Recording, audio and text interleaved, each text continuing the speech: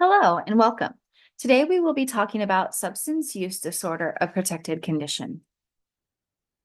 The legal protections for substance use disorder are Americans with Disabilities Act, or ADA. It recognizes substance use disorder as a disability in certain cases. It protects individuals in recovery from discrimination in employment, housing, and services. So HIPAA, or the Health Insurance Portability and Accountability Act, guarantees confidentiality for individuals receiving SUD or substance use disorder treatment. It has strict regulations on sharing SUD-related health records without consent. Okay, so confidentiality and treatment. So 42 CFR Part 2 was created to safeguard people with substance use disorders because of the stigma that followed them. So federal law protecting substance use treatment records, it requires written patient consent for disclosure. So you may have heard of an ROI, or request of information. You have to have assigned one of these to see treatment records. Ethical guidelines. So clinicians prioritize privacy to encourage treatment participation, protecting against stigma and repercussions. Patient privacy.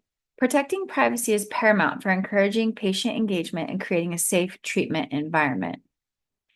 So all of these guidelines and legal and ethical laws help to keep people that struggle with substance use disorder safe because of the ramifications they might have in society, whether it be family members, work, or what have you. So if we look at the legal and ethical landscape, being and working in a mobile crisis unit brings about some very complex legal issues with patient confidentiality under HIPAA, mandated reporting, and the rights of individuals with mental illness. And as we know, noncompliance has serious consequences. Along with this are ethical dilemmas.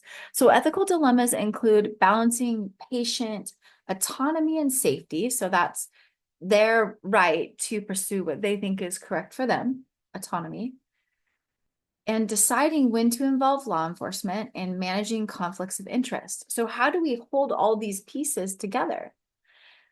On top of that, resource limitations and time pressures further complicate these decisions, especially for people working in rural communities.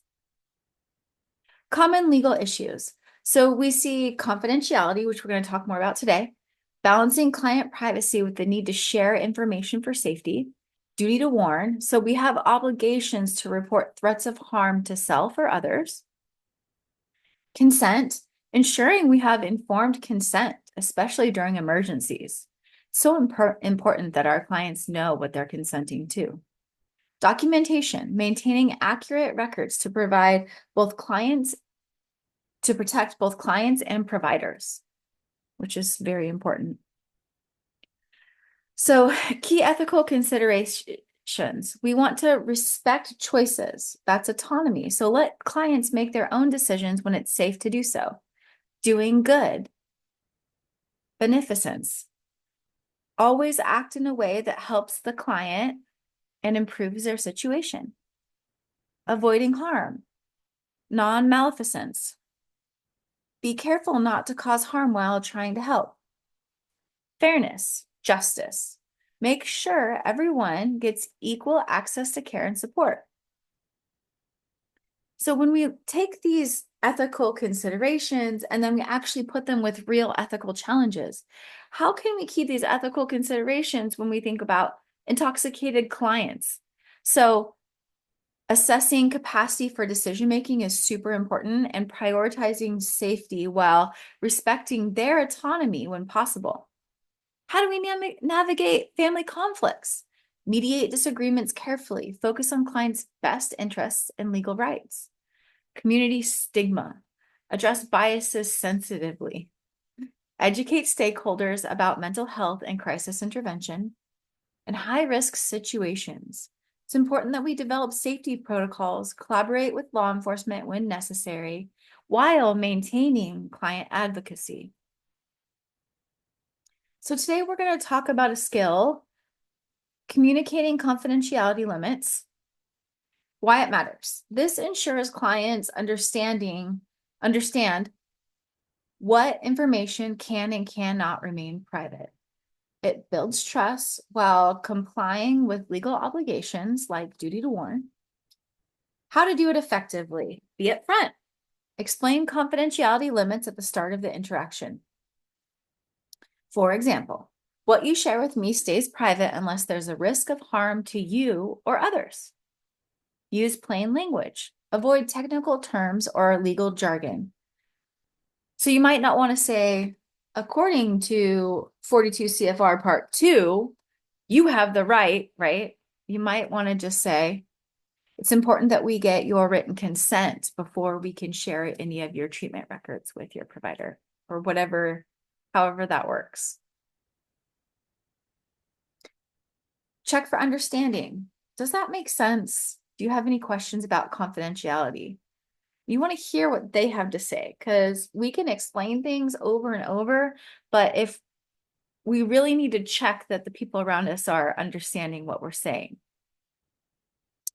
especially in a crisis situation where their brain, the front part of their brain, the decision-making part might be shut off due to a trauma response.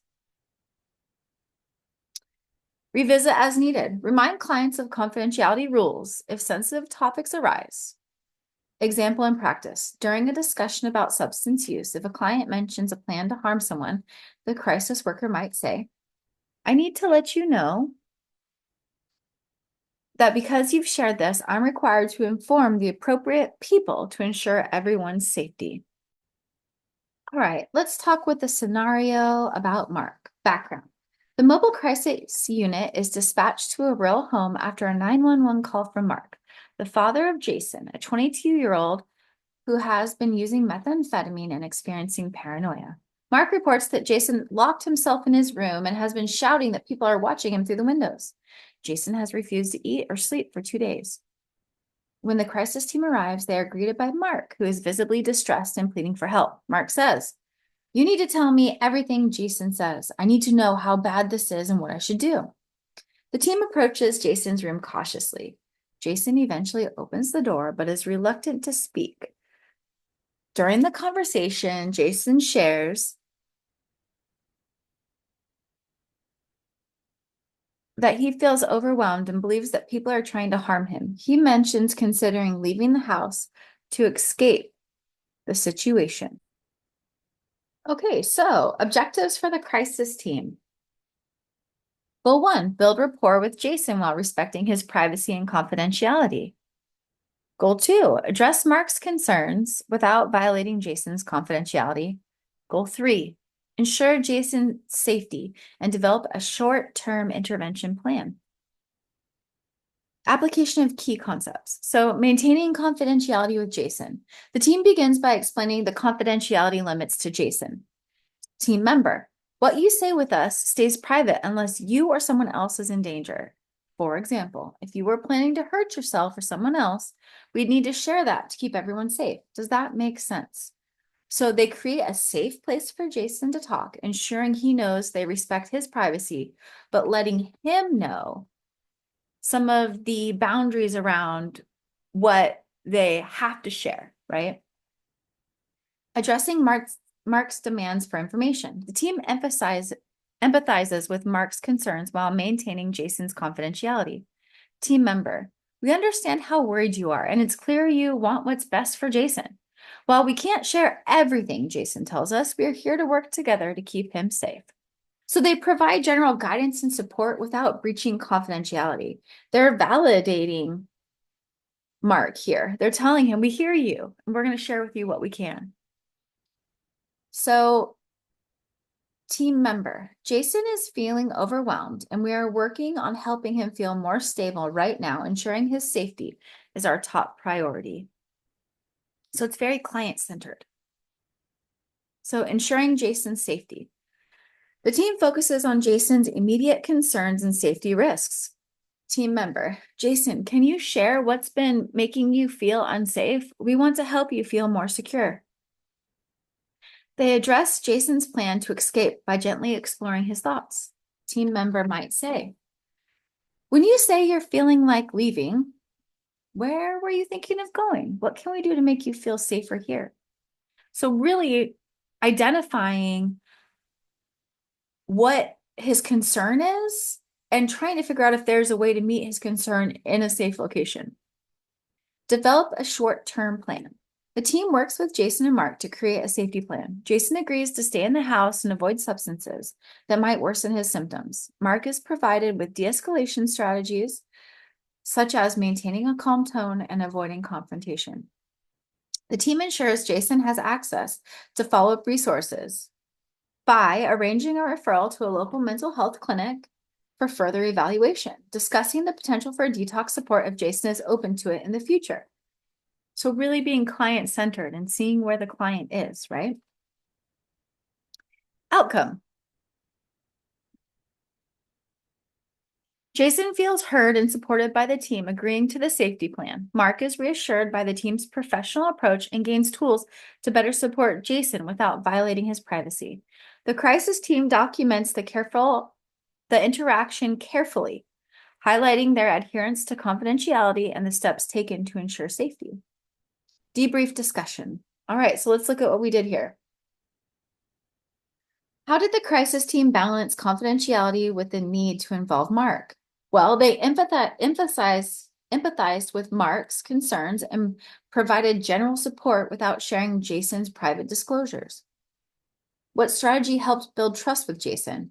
Well, clearly explaining confidentiality limits, using a non-judgmental approach, and focusing on his immediate safety needs. How did the team ensure ethical and legal compliance? They maintained confidentiality, documented their actions objectively, and provided referrals while prioritizing safety. One thing I want to talk about here before we close up, best practices for legal and ethical compliance. So stay informed about relevant laws and regulations, engage in regular training on ethical decision-making, and utilize supervision and peer consultation for complex cases. It's also really important to foster a culture of accountability and transparency. I think bringing things to your supervisors that you think you might need some support around as far as legal and ethical compliance is very important. And having a culture of accountability and transparency where we support each other, even when we make mistakes, is very important. So key points: legal protections. Substance use disorders are protected health conditions under federal and state laws. Confidentiality and treatment. Confidentiality is paramount in substance use disorder treatment, governed by HIPAA and state laws. Ethical considerations. Ethical principles guide clinicians to protect patient privacy and ensure informed consent. Navigating challenges. Balancing confidentiality with safety requires careful communication and ethical decision-making. All right, I hope this was helpful. Thank you.